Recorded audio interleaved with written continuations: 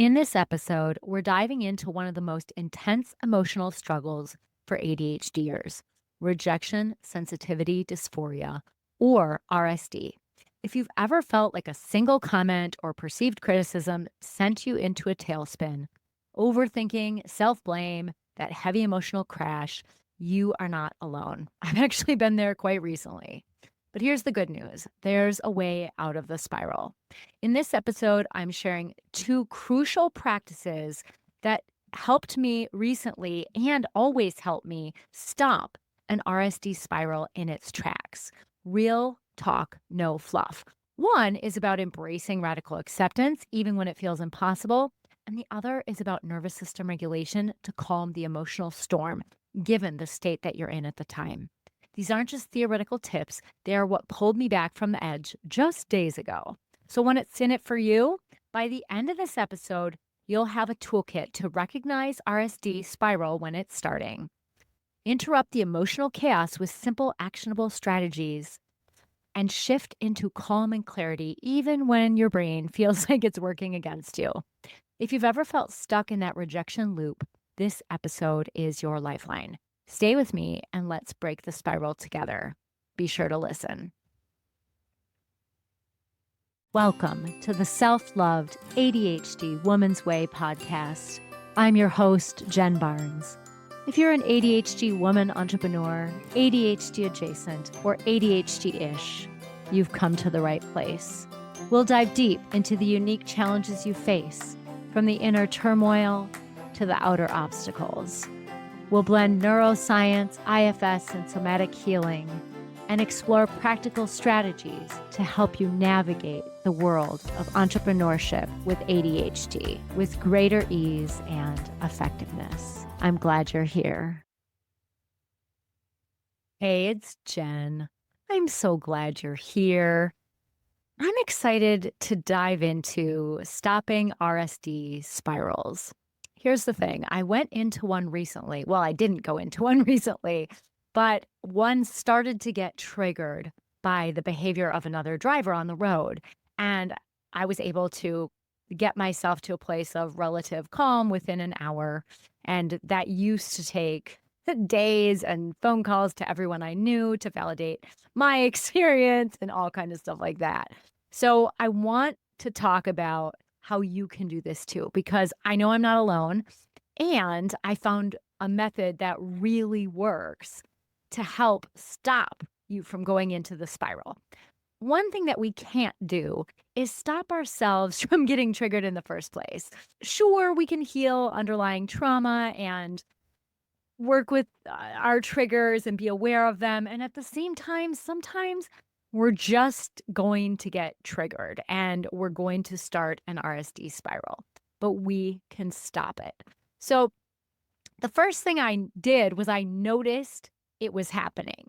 I was aware. And the way that I notice is what my body feels like. And that may not be accessible to you if you're listening. You might be like, Jen, I'm totally disconnected from my body. Totally get that. That's actually super common with people with ADHD, autism, and people with complex trauma, because a lot of times we turn off the messages of our body because it can be too much.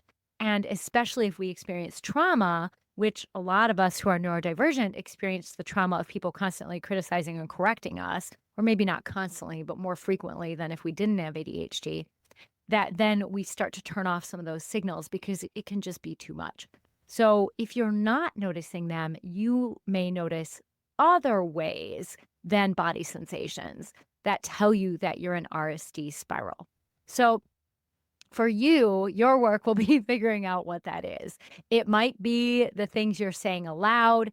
It might be thoughts you're having, like that person's a jerk, probably something worse than that. I'm making an effort to keep it PG-13, although not always great at that.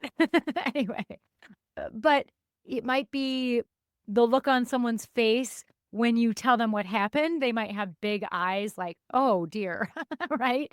And so your intensity might bring out a response in someone else, and then that can tell you you're in that spiral. But for me, I notice it in my body. I notice a huge pit in my stomach and like this icky feeling all up and down the front of my torso, like from my belly to my chest, and it just feels like tumbling, like a fast dryer mode, tumbling rapidly. I guess rapidly and fast are the same, but in a way that's so intense, it's just incredibly unsettling. And I notice that, and I'm like, okay, I'm about to spiral. I'm letting what this person did or how they acted impact me, and it's getting me right now. And I just noticed that. So if you can just notice, like, okay, yep, I'm a bit triggered right now. This upset me. That's the first step. Because the thing is, a lot of times, those reactions are parts of us who hold old stories, who hold past experiences that are like, yoo-hoo, something is terribly wrong right now. And they're just trying to protect us. So even acknowledging that you're getting it, that you're like, okay, yep, something's going on. I'm unsettled about this is a really important first step. But once you do, there is an essential practice to shift into. And I don't know that Mel Robbins based this on radical acceptance, but it very much aligns with the Buddhist practice that therapists have been teaching for years called radical acceptance. Radical acceptance is allowing reality to be as it is because you can't change it. And so you radically accept that, okay, this person behaved that way. That's what they did. I can't control that. That's the reality. You can be mad that they did it or try and fight the reality. That's what's happening. But the fact of the matter is, no matter how much energy you put into fighting the reality of the situation, you can't change it. So it becomes a waste of energy. And that energy is energy you need to do what you can do, what is within your control. Recently, I started reading the book The Let Them Theory by Mel Robbins, and she essentially, I don't know if she knows this, but essentially boiled down radical acceptance into this awesome two-phrase summary. And it's this: let them. So I tried it. Instead of doing my usual radical acceptance, this time I tried it. I was like, let her. Let this woman behave this way. Like, let her. Because that's not something I can control. And then let me not take it personally. Let me regulate my nervous system. And then eventually let me look at what my piece could have been so I can do something different if there's a need for that, right? But it wasn't until I shifted into my practice of radical acceptance using the let them theory, saying, let her do this. Let me not ruin my day over some random stranger. How often do we do that where we get triggered into RSD and we spiral down for hours or days, calling everyone we know to get validated that we're not totally messed up because we in some way feel rejected or triggered? A lot. This happens a lot. It used to happen to me a lot more before I learned some of these practices. And I've been practicing radical acceptance since my 20s. And I gotta tell you, the more you practice it, the better it works. So this is one of those things that you're gonna be like, yeah, let her do that. Let her act a little wild and unsafe on the road in response to whatever she thinks it is that I did. Let her have that.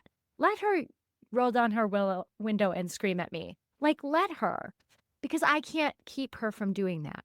But then let me roll up my window, back up my car, give her some space, and let me then regulate my own nervous system. Let me do what I need to do to shift away from letting this random stranger impacting me.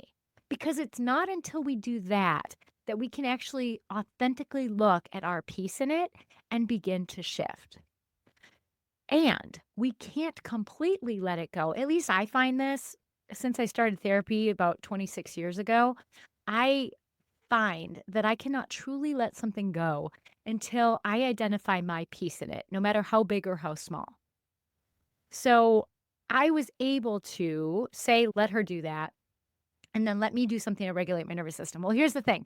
I was driving, and usually I recommend the calmness mudra, which is bringing your hands up into goalposts or cactus, if you like, and waving your hands back and forth. And I wasn't at a stoplight. I was getting on the freeway when this happened. So I couldn't do that. That's my go-to. And then I do a little aura cleanse and some breathing. So all I could do was breathe. I put some calming music on the radio and I focused on my breath. And over, I was like saying, let her. This is her stuff, not mine. Her response is her stuff. She was responding to something she didn't like that I did. So there may be something for me to look at. But the first piece is to recognize that their big, intense response isn't necessarily about you. So if you're in a car and you can't do much, breathe to regulate if you can. Personally, I like the calmness mudra first before the breath because it shakes off some of the energy that's coursing through your body so intensely at the time. But if you can't do that, then doing some breathing and putting in some calming music that'll help you regulate your nervous system is helpful. Then when I got home, the first thing I did was regulate my nervous system. I used a meditative movement, which is something I teach in my programs, but you could even do something I've talked about a lot, which is volcano breathing. Comes from Yoga Calm for kids. It's great for adults too. So it just involves placing your hands together in front of your heart. And as you inhale, you bring your arms up overhead. As you exhale, you bring them down around by your sides and back to center. Breathing slower than that, though. And then you do that a few times. But when you are in that place of RSD spiral, at least at that point of it, your nervous system is in its fight or flight response. So the way to get regulated from there is fluid movement with breath. So just going for a walk may or may not be enough unless you're also attending to your breath, because you might be power walking like a mad woman and like breathing erratically because you're trying to get away from this threat, right? That your nervous system is picked up on. So then you regulate your nervous system. So I still felt pretty dysregulated as I made my dinner. And I started to think about, okay, what could I have done differently? And I was like, you know what? She was right to some degree.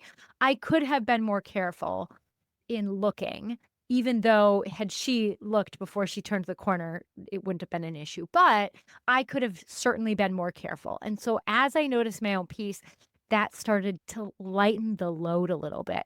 But I still felt uneasy and a bit restless. And normally after dinner, I would sit and read. But I was like, yeah, that's not going to happen. And so even though by that point I'd stopped the spiral, I still felt a little bit of that nervous energy in my body. So I played with my cat Eva because if I don't, she will scream at me, which will further dysregulate my nervous system. And then in playing, right, doing something fun and playful, that also helped regulate my nervous system more. But then I let myself watch a comfort show. I watched the rest of Harry Potter and the Sorcerer's Stone, which I had started on Saturday and fell asleep. So I let myself watch a bit of a movie on a weeknight, which I rarely do. And it was soothing for me, especially because when I sit down and do that, both of my kitties will come snuggle with me, which is very nice. They're very warm and snuggly and soft. So then I just enjoyed that. And I didn't really think about it at all while I was watching Harry Potter. I did feel a little uneasy before bed. And what I would like to do next time, and what I recommend you do, is if you still feel kind of off, to do something to regulate your nervous system and or write about it. So I was able to fall asleep. I did have a relatively good night's sleep. But then this morning, when I did my morning writing, I wrote about it. And I wrote about the whole thing, both about like, yeah, she gets to behave this way. It seems like she had something going on that made her a bit more reactive than maybe was necessary for the situation. I certainly didn't need to freak out to the degree I did, but when someone screams at you and swears at you, you kind of, it dysregulates your nervous system. And in those moments, it's hard to not get defensive. So I was glad I acknowledged in my writing that I was proud of myself for not getting defensive, right? So you celebrate the wins and then you shift into, and what I could have done differently is I could have looked better before I pulled away from the curb, right? I could have done a better job of looking. And that's my piece in this. And she had every right to be upset or frustrated with me. Maybe the intensity that she came at me with was a bit overkill and that stuff wasn't mine, but the underlying message was mine. And here's the thing. I could not have caught the underlying message unless first I had noticed my spiral starting. I had stopped the spiral by initially saying, let her do this, let them do this, right? And then let me do what I need to do to cope with my situation now. And then eventually, what that was is learning the lesson I needed to learn from it. Because then I was finally able to let it go. So, this is what I do. And I've been in the field of mental health for 25 years. And I started therapy about 26 years ago. And I got to tell you, this has worked for me pretty consistently. And so, when you're in these places, try it out. Notice when you're getting into a spiral, acknowledge that you're getting into a spiral, and name that, like, it's out of your control how this person behaves. So, let them do that so that you can then focus your energy on what you're going to do, which is eventually get regulated and work through it and take care of yourself and see what you could do differently next time. All right, y'all. This one was a little shorter, but hopefully sweeter or helpfuler, guess. All right. And if you're not subscribed or following yet, make sure you hit that follow or subscribe button, depending where you're watching this. And if you like this episode, make a comment or like it if you're on YouTube. I would love to engage with you about this content. And before I forget, every month I'm doing a 28-day nervous system regulation challenge. So it's an opportunity for you to practice real time regulating your nervous system. You get a video each week that's 13 minutes or less that tells you what the topic is, and then a practice video that most weeks is 3 to 5 minutes that will help you practice another skill, learn another skill in addition to the ones I teach you in week 2. And then the final week, the practice exercise is a little longer because I walk you through a trauma center, trauma sensitive yoga practice so that by the end of 28 days, your nervous system will be more regulated and you will have a big toolkit of skills to use, like some of the ones I talked about today. So it is a low tier offer. It's only $20.97. If you join my email list, I often send out a coupon code a couple weeks before the next month so that you can get it for $9.97. Which is a steal. So $9.97 to feel more regulated in a month. I don't know, that feels worth it to me. So anyway, in the description, you can click on the link to either register, or if the next month's registration hasn't opened yet, you can join the priority notification list. So I'd love to see you in the challenge, and I'll see you next time. Take care.